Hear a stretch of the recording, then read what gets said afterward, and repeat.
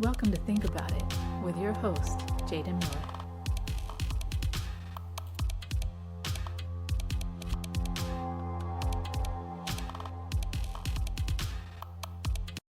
Good afternoon. This is Jaden Miller, and my podcast is Think About It with Jaden Miller. I hope that you guys are doing well on this wonderful Sunday afternoon. Thank you all out there for listening. Remember to please like, share, and subscribe on my YouTube channel.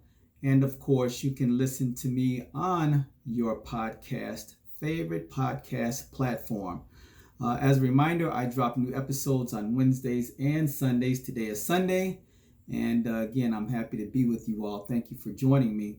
I'm going to talk about a different subject today. I'm going to talk a little bit about love and what is love. And hopefully at the end of this episode, you will have a better definition of what it is, have a better sense of what it is. I guess I'm speaking from experience. I would like to say that I'm getting married in a few weeks. And so, of course, there's love there, okay?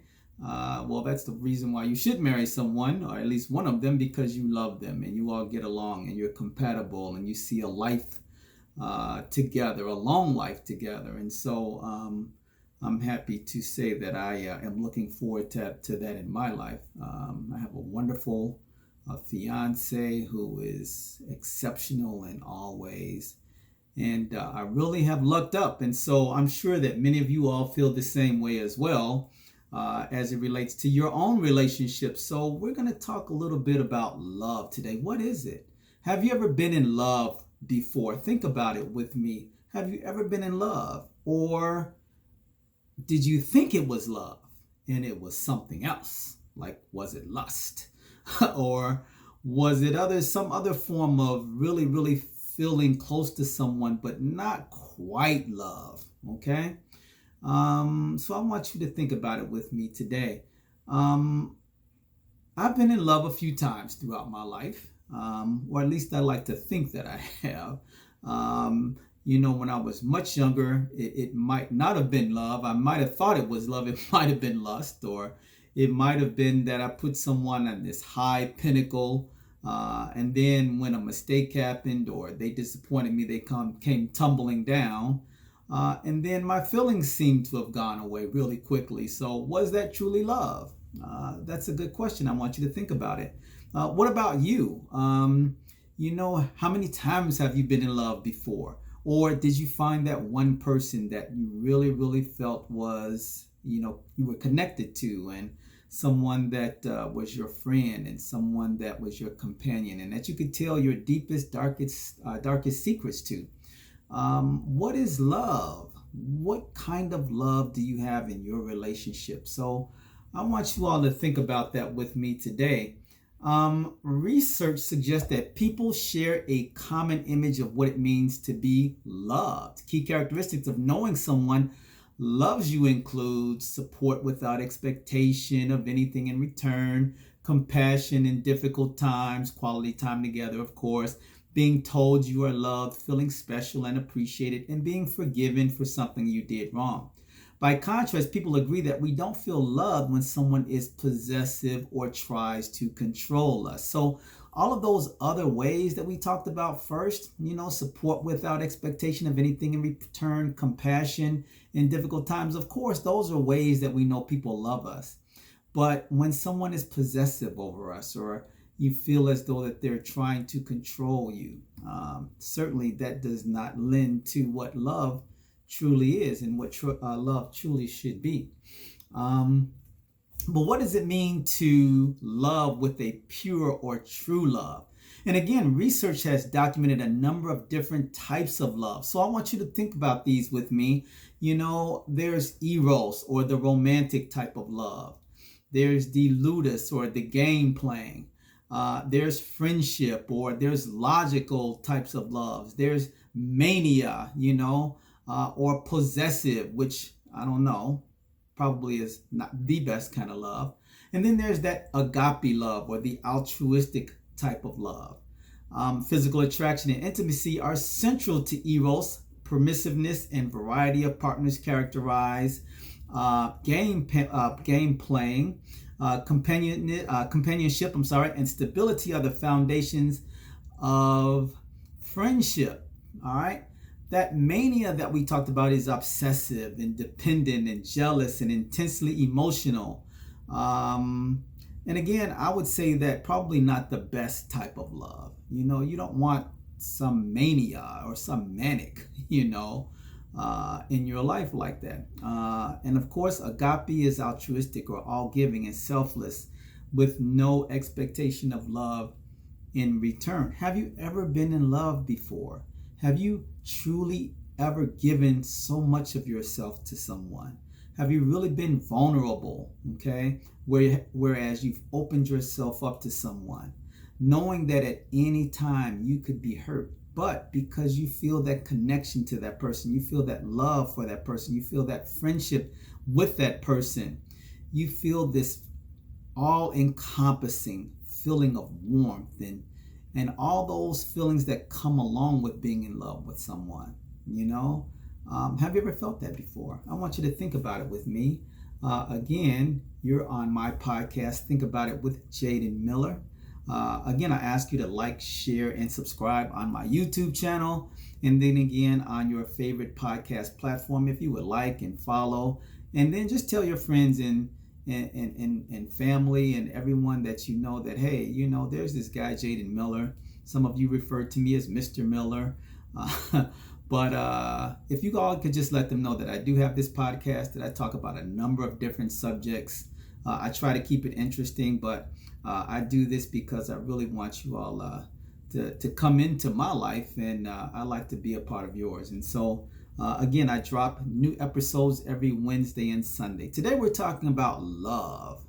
We're talking about love. Can you be so selfless in a relationship? That's love.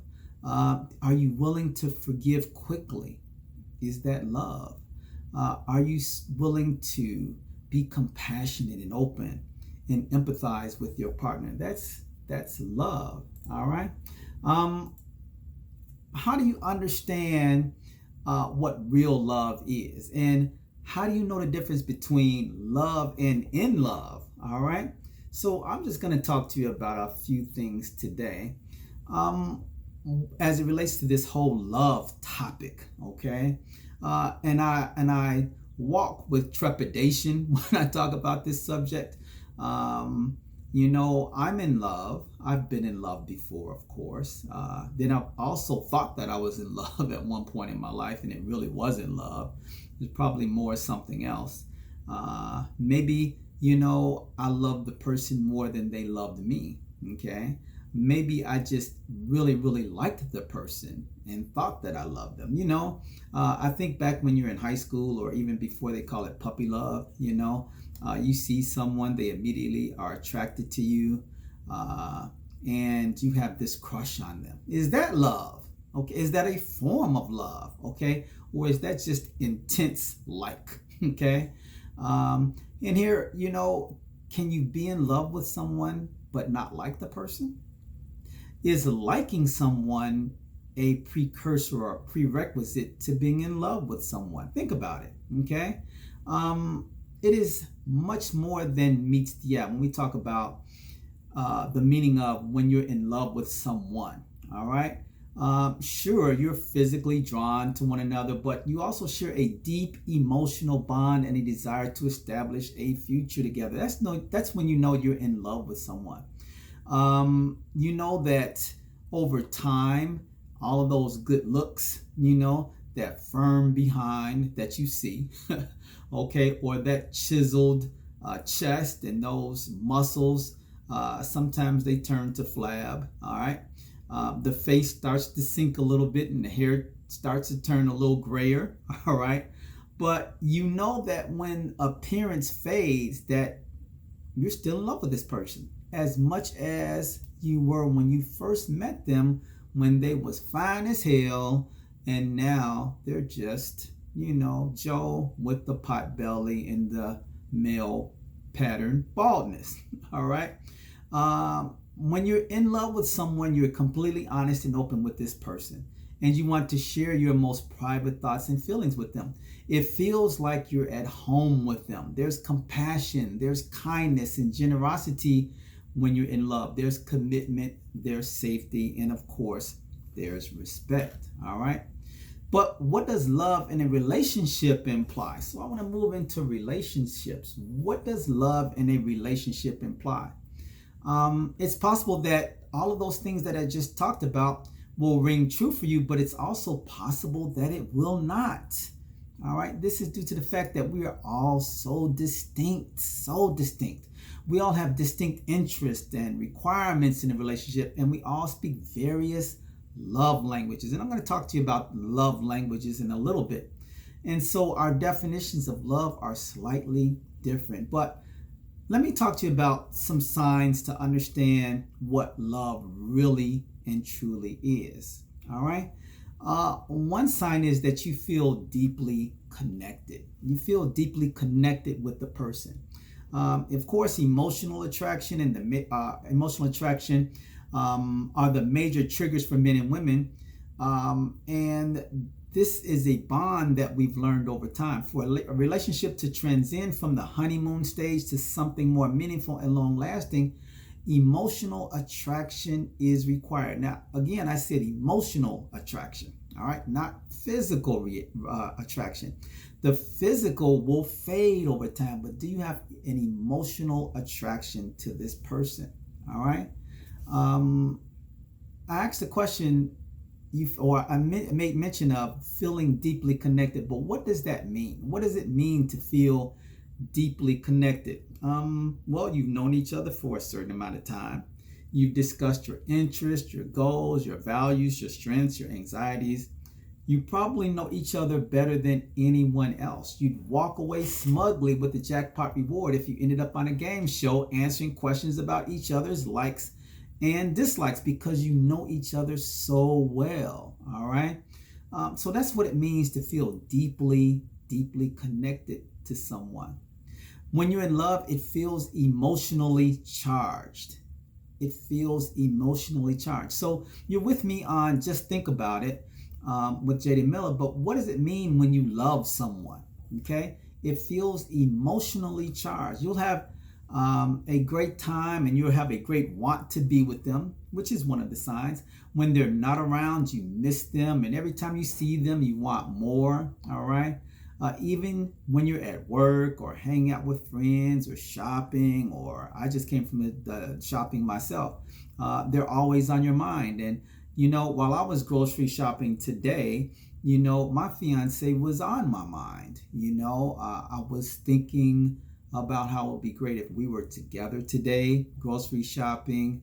There were a few items that I know she wanted me to pick up, and I was unsure of a couple of things, but I was thinking about her, that emotional connection, even when we're not together. I was thinking about her during that time. All right. The thing about being emotionally charged, and I want you all to understand, is that it's not the same as infatuation. Because when I was much younger, I was infatuated with someone. And it was not a good situation, okay? Not a good situation for me. She held all the cards. Let me tell you. She was beautiful. She was attractive. She had her own place, and she just was one of those kinds of women that just men just stopped and their jaws dropped, okay? And so I was just so happy that she was interested in me, and I thought she loved me. But after some time, came to find that she really didn't. And as far as me, I really wasn't in love with her. I was infatuated with her. All right. So it is not infatuation. All right. When you're emotionally charged to someone and really, really think about them a lot, they don't get in the way of your concentration, but instead it's more like a continuous hum in the background that relaxes you. That's the best way that I can kind of describe that to you. in that relationship, and again, we're talking about love and how you know you're in love, you feel secure. All right, that's really important. Um, you always feel that even when you're not dressed to the best and maybe not always on your best behavior, you still know that any imperfections that you have, that person is not judging you for them, but that they just value you and accept you as you are. All right. When you feel secure, that whole drive to impress fades away. All right. And it's not that you don't care, but what it is that you're just more at ease with them. So, it could be, when you first got into a relationship, she always made sure that her hair was always, on point, but then as she feels more secure with you and feels that, you're not going to be judgmental or look at her different, then, her hair may not always be in place. I mean, she may still want to look, decent. She's not going to look like, she just woke up in the morning. But it's still, she knows that, you're not judging her and that you feel comfortable with her just as she is. Um, when you feel secure with someone, if they have spinach stuck between their teeth after you ate dinner or something, you know that the person is not going to break up with you. All right. When you're secure with someone, you are comfortable with the daily reality of a long-term committed relationship. All right. Another way that you can tell you're in love with somebody is you envision a future with them. And you all are committed to, you all are committed to developing a life together. You know it is the real deal. All right. You discuss the future on a frequent basis. You create plans for the next months and maybe even years. You envision yourself maybe living with this person or getting married to this person or having children with this person. And then, you ask yourself a question. Can you imagine life without them? All right. And so if the answer to that is no, you can't imagine life without them, then that's how you know that you're in love. You're building that future together, or you want to. You want your spouse, or you want your boyfriend or your girlfriend or your significant other, you want them to be happy. You want them to be happy. The difference between loving someone and being in love with them is that you're no longer only concerned with your own happiness, you're also concerned with theirs, because you feel what your lover feels when you're in love. His happiness or her happiness becomes your happiness. His anguish or your anguish becomes your anguish. All right. It's more than love if you go out of your way to do little things to make him or her happy and find yourself getting excited when he or she gets excited. All right. So when you want your significant other to be happy, you should sense his or her desire for your happiness, and he or she should be putting forth equal effort. So remember, you guys are working together as a team, as a partnership to make each other happy. All right. Which brings me to my next point, and that is you fully love and accept each other as you are. Everyone has flaws and shortcomings, and being in a relationship brings these imperfections to light. Trust me, all right? So if you are a little bit more argumentative, if you're a little bit more prideful, if it's hard for you to say you're sorry, if you are a clean person and your partner is junky and keeps things all over the place, all right? Everyone has flaws and shortcomings, and being in a relationship brings these imperfections to light. Trust me, I know. I'm the neat freak, okay? And so when things are out of place, oh my gosh, I get a little anxious, all right? But then again, you have to love to accept your partner. You can ask your partner to make modifications and do some things differently, maybe to ease your tension or your anxiety if you're a neat freak like me. All right. And the great thing about it is if your partner is willing to do that, then that's how you know. that person really loves you. All right. What does it mean to love someone completely? And what does it mean to love someone completely? When you love and accept someone for who they are, warts and all, you know it's true love. Because while no one is perfect, they do not need to be loved. All right. Another way you can tell that you're in love is it feels permanent. All right. So you're not still, if were on a dating site, and now you're 6 months or a year into your relationship, when you're off that dating site, then it may start to feel permanent. All right. But if you're still, sneaking and peeking, and still scrolling and swiping left or right, then I don't know, you may not be in love. You might still be looking for your next alternative option. All right, which is not a good thing. All right. But it feels permanent when you fall profoundly in love with someone. Your feelings for them become imprinted in your being.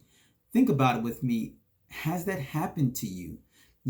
Have your feelings for them, have they been imprinted in your being? All right. One of the reasons you can love someone long after you've broken up is because of this. All right. Because they are still imprinted in your being. All right. When it feels permanent, there's nothing about your connection that feels flimsy or transient. The bond you share has become an important part of your life and who you are, as well as a constant source of joy and comfort. All right. Another way you can tell that you're in love is your relationship requires more effort than it did before. All right. See, when you first start out, that's the honeymoon phase of a relationship where everybody's on their best behavior, where he says or she says all those nice things. Well, let's start with him. He says all those nice things and he's always on time and always has a kind word, and then she, is always got her hair done and nails done and looking good. You know what I'm talking about. All right. That's the honeymoon phase. All right.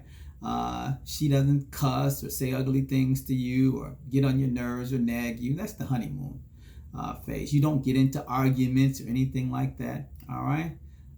But when a relationship starts to mature and change over time, okay, you'll have arguments. It'll be much more difficult to prioritize each other. It'll take more effort from both of you than it did previously before. When you love someone, though, you do it because it's important to you. All right.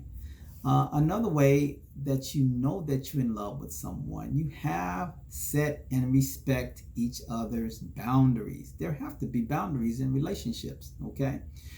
There's adoring someone, being in love, and then there's codependency on the other end of the spectrum. All right.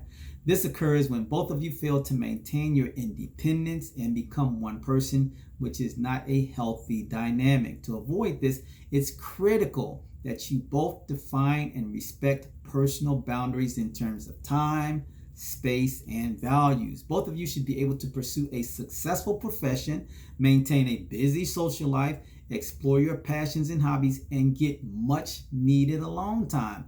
When you actively encourage each other to develop and lead rich, entire lives outside of your partnership, you've found true love. You can't be up under someone all the time. All right. That's not true love. All right. That's codependency. All right. You have to be able to have time to yourself to pursue your own interest. All right. If you want to start a new podcast and you want to do it on your own, okay, because this is something that you've wanted to do, that doesn't mean that you love your partner less. That means that this is just an endeavor you want to try, something you want to engage in. Now, your partner can help you and be a part of it in some way, shape, or form, but in other ways, it's yours. And so sometimes we need that time to do our own thing. So if you have a hobby, if it's sports cars and you like that and you like driving or you like purchasing them or you like fixing them up, well, your spouse or your girlfriend or whomever, okay, your significant other should give you the time and the space to explore that hobby and allow you and encourage you, all right, to pursue that, all right? What about conflict? All right? So if you're like me, you guys, probably look at Instagram and maybe Facebook and maybe some other places online, and you see friends or celebrity couples say on social media that they never quarrel with their significant other. They never get into an argument. Guess what? They are lying to you, okay? And if they don't ever get into any kinds of conflicts or argument, then they are not really truly together, okay? That is a superficial relationship, all right? It's natural to have conflicts with the people you care most about. You ever have any conflict with your mother? Yeah? Ever have any conflict with your dad? How about your brothers and sisters? Oh, of course you do. What about a best friend? Absolutely. So it's natural for us to have conflicts with the people that care about us, that we're most close to. Well, don't you think that it's possible to have a conflict with your significant other? Of course it is. So the crucial distinction, though, is that when it's true love, okay, you don't let tiny disagreements drive you away. You can communicate effectively, work through problems as a team, and resolve them in a friendly and courteous manner. So these fights or arguments or quarrels, rather than ripping you apart, can often bring you closer together as a pair. All right. When you're in love with someone, you focus on how you make them feel. I'll do that for you again in case you missed it. When you're in love, you focus on how you make them feel. How you respond to the question, why do you love them, is one of the finest methods to tell the difference between loving someone and being in love. If your response is purely about you, such as I love him because of how he makes me feel when we're together, it's an indication you love them, but not unconditionally. When you're in love, you'll be more concerned with how you make someone feel, okay? How you make them feel, okay? Well, do you strive to make them feel comfortable? Do you strive to make them feel like they are your priority? Do you strive to make them feel like, hey, there is no one else other than you, all right? That's when you know that you've got some real love going. What I like to do is I like to talk to older couples, right? About their relationships and what worked for them. There's a lot of wisdom that comes from older people and their relationships. There's these love languages that people like to talk about quite often, and there's an author, and his name escapes me right now, but he came up with these different love languages, all right? And there are 5 of them, all right? Now, while I'm talking to you, I'm also scrolling on my computer here, trying to find them because I want to be accurate in what I share with you. And so you guys are going to have to go with me as I go back to a tab and scroll and look up the 5 love languages. And I want to talk to you all about those really quickly. The 5 love languages. All right. So what are the 5 love languages? All right. So there's a gentleman, all right, and his name is Dr. Gary Chapman. That's his name, Dr. Gary Chapman. And Dr. Gary Chapman came up with the 5 love languages. And so what are they? All right. And then what is your love language? I want you to think about it with me today on Sunday, a beautiful Sunday here in Arizona, Phoenix, Arizona. Please remember to like, share, and subscribe. I am on YouTube. Please check out my YouTube videos. And of course, you're listening to me on your favorite podcast platform. Please like and follow and share as well. All right. So Mr. Chapman came up with these 5 different love languages, and then we'll explore these really quickly and then get into some other tips that older couples have for those of us that are getting into or are in newer relationships. All right. So Dr. Gary Chapman says that the 5 love languages, help us to recognize who we are and how we like to be loved. All right. So I'm going to go through these and I'll tell you what mine is. And I want you to think about what yours could be. All right. So number 1, we have acts of service. Acts of service. That's one of the 5 love languages. Acts of service. For these people, actions speak louder than words. So it's not about, hey, I'm going to do all of these things for you. It's about doing them, okay? Not about pronouncing or announcing that I'm going to do them. Get them done, okay? So there are people that their first love language is acts of service, all right? Then next, for someone, it's receiving gifts. Receiving gifts. For some people, receiving a heartfelt gift is what makes them feel most loved. Think about it.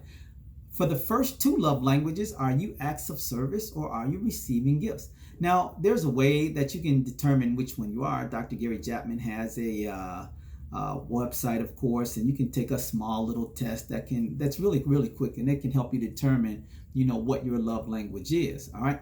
Number 3 is quality time. Quality time. This language is all about giving the other person your undivided attention. That's quality time. All right. Is that one for you? Is quality time for you? Is that one of your love languages? Next is words of affirmation. Words of affirmation. This language uses words to affirm other people. All right, words to affirm other people. And then finally, we have physical touch. To this person, nothing speaks more deeply than an appropriate physical touch. All right. So now I've taken this exam with Dr. Gary Chapman. And again, the 5 love languages are acts of service, receiving gifts, quality time, words of affirmation, and physical touch. For me, it's words of affirmation. And it's always been that way for me. As I look back in my teenage years, coming into more of an adulthood and then into career and all of that, words of affirmation mean the most to me. I like it for people to say, hey, thank you, or I really appreciate you doing this, or you are the greatest at this, or you were so good, or you touched my heart. Words of affirmation, it's not about gifts for me, okay? I don't need gifts, that really doesn't do it for me. It's the word. So if I give a speech in front of hundreds and hundreds of people, all right, what do I live for, okay? I live for the applause at the end, okay? So oftentimes people think when there's a singer that gets up and sings a fantastic song, or a great orator that gets up and gives a fabulous speech, or there's an actor that gives a beautiful, wonderful performance, what they're looking for is this, the applause, okay? The affirmation, the words of affirmation. Thank you. That was the greatest. All right. And so I fall into that boat. Second that comes for me would be physical touch. All right. And again, we're talking about appropriate physical touch. All right. So if someone, touches me on my shoulder, or, wants to give a hug or something like that, that's important to me too. So those are my top 2. Again, you can go on to Dr. Gary Chapman's site. It's called 5lovelanguages.com, 5lovelanguages.com, and find out what your love language is. And so today we're talking about love, and we're talking about what love is, all right? So now that you've determined that you are in love with someone, okay, well, how do you keep it going? How do you keep it going? All right, well, I'm going to talk to you about a couple of ways that you can.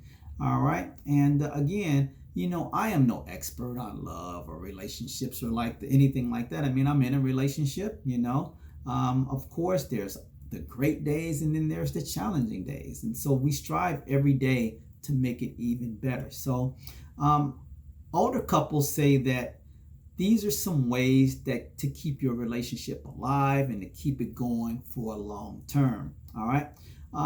One of them is to let your partner know you're thinking about them throughout the day, okay? And it can be something as simple as a really cute text message or a 30-second phone call just to say, hey, I love you, or I was thinking about you, all right? Psychologists say, and people that have been married for 50 years say that this is one of the top things for them.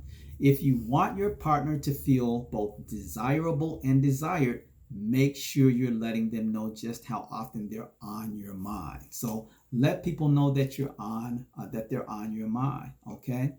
Another one is, according to couples that have been married for a long time, usually couples that have been married for 50 years more, it says, and let them express their feelings first. Instead of always letting your partner know exactly how you're feeling first, make space for them to express themselves before you start sharing. Understand your partner's point of view and let your partner know that. After that, you can express yourself. All right. Couples that have been together for 50 years or more say accept your partner for who they are. Houses are fixer uppers, but viewing your spouse that way is a recipe for disaster. Accept your partner just for who they are. Don't try to change them. After all, people can only change if they want to. Just accept their strengths and weaknesses and those things that make them unique and love them for that. It's just that simple. All right. Um, Couples that have been married for 50 years or more say they can't imagine what their life would really be without their other partner, okay, or with their partner, okay. Just because your relationship gets rocky from time to time doesn't mean you and your spouse aren't a good match. Just try imagining life without them and you'll realize how important they are to you, okay. All right. You've got to learn how to compromise. Listen, all couples fight, okay? I do from time to time as well, all right? But half the battle is knowing which fights to pick and which ones you should meet your spouse on halfway.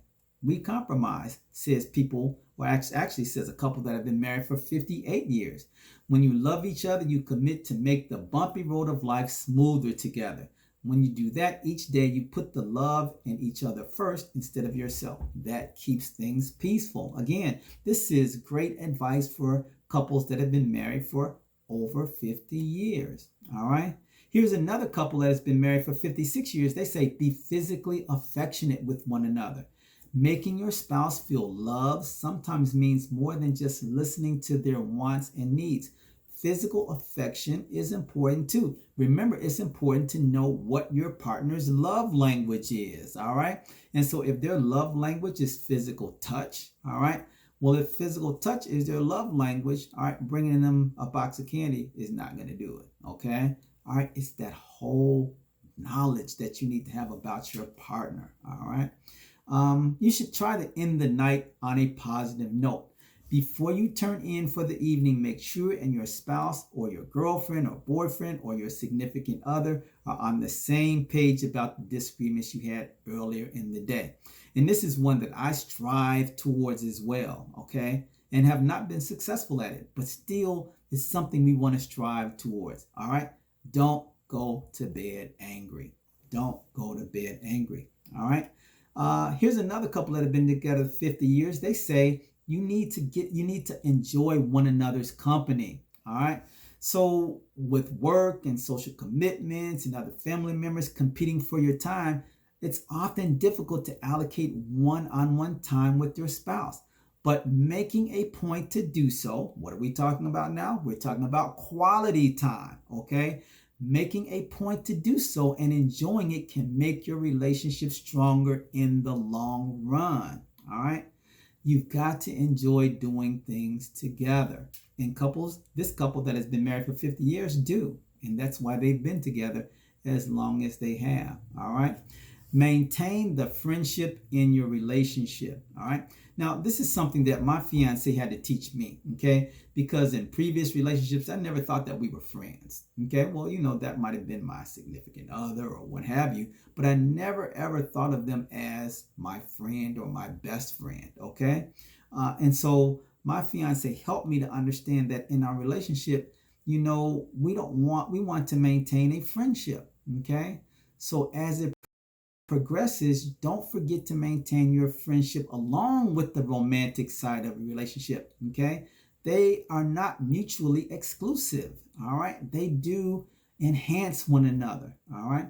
So a couple that has been together 50 years, they say, we have always been able to spend a great deal of time together and a true friendship was easily formed. They go on to say, best friends are there for each other, support each other, and like to have fun together. Okay. And she goes on to say, I often tell my husband, I feel like we're having one very long sleepover. That is so cool. That's a really, really good way to describe a relationship. We met a couple, my fiance and I know a couple that we've recently got reacquainted with, and they told us that their relationship is just like a long honeymoon. Wow, what a great way to describe your relationship, a long honeymoon, or like a long sleepover. Okay, that's one way that you know that you've got really, really great and true love. All right, another one is to live in the moment.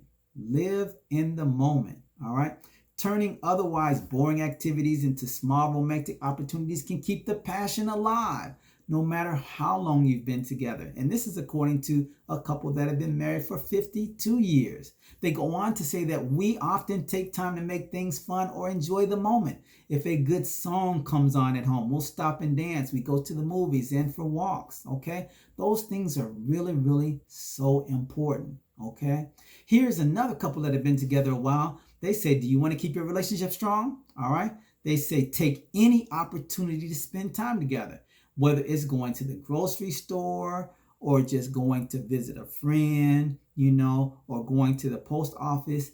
They say this couple always treat it like a date. That is such wise advice for this couple that have been together over 50 years. Always treat it like it's a date. That's so wonderful. All right. Here's another couple. They say, have a sense of humor about yourself and your relationship. All right. So we're talking about love today. How do you know you're in love? And when you are in love, how do you keep that love going strongly? We've talked about the 5 love languages. Okay.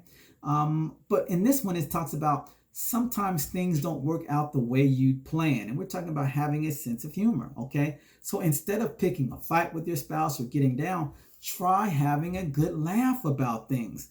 Laugh at yourself and at each other. Laugh with each other. Humor is the way to enjoy a relationship. All right. It is. You've got to have humor.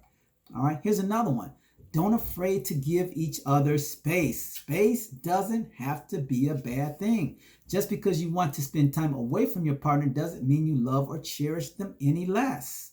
All right? It does not. Here's a couple that's been married for 50 years. They say, I credit still being married to living in a big house. Okay?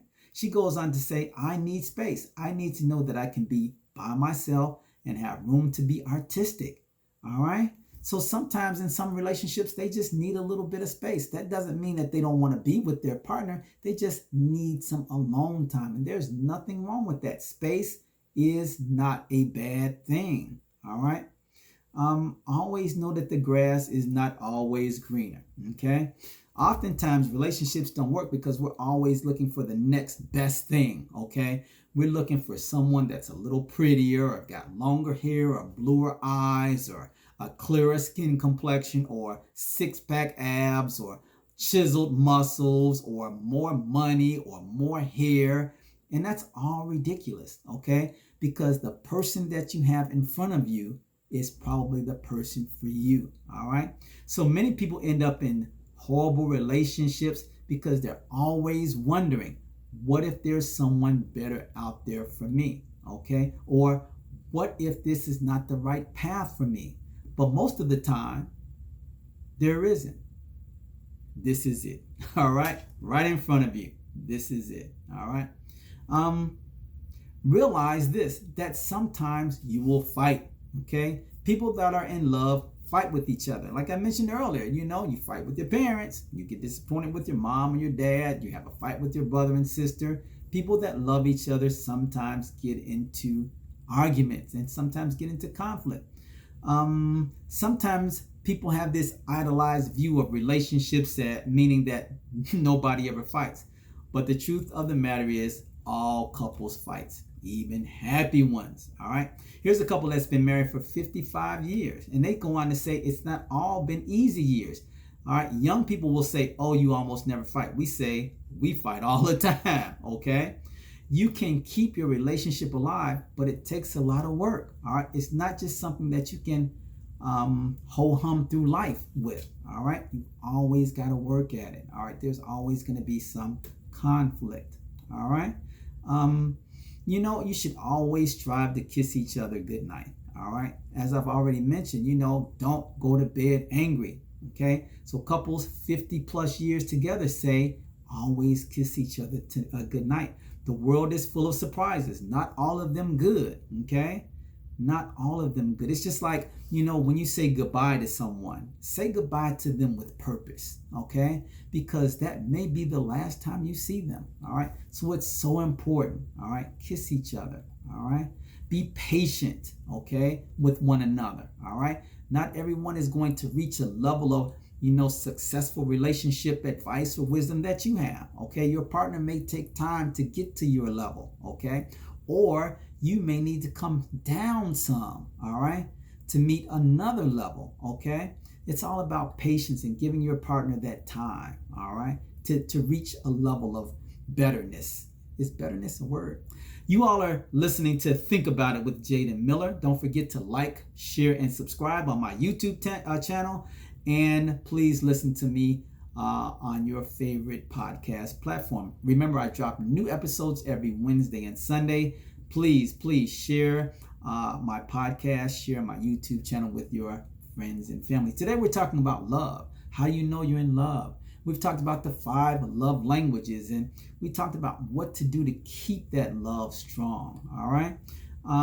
You should always focus on your friendship. Okay. You should try to say yes to new experiences. Quite often we want to say no, but when it's time to go for a hike and you've never hiked, or to go visit a new city, okay, sometimes just say yes. All right.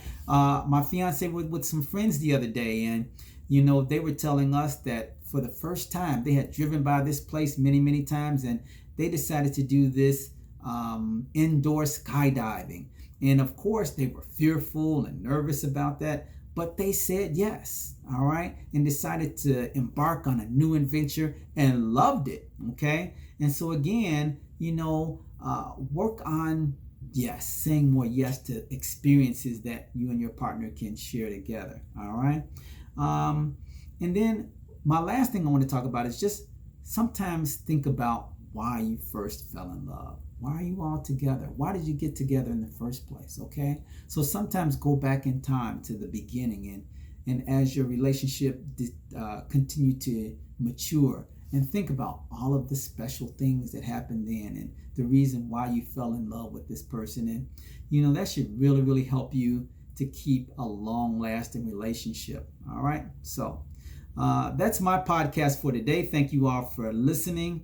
This is Think About It with Jaden Miller. And again, I am no expert on love. I know what it looks like. I know what it is to feel, or how it is to be in love, and what it feels like. And I wanted to share my experiences with you all today. And hopefully some of the things that I talked about, some of the tips and some of the research that I've talked about, and of course, what the 5 love languages are, will be helpful to you all in your relationship. Again, check me out on YouTube. Please like, share, and subscribe. And thank you for listening to me on your favorite podcast. This is Think About It with Jaden Miller. Have a great day.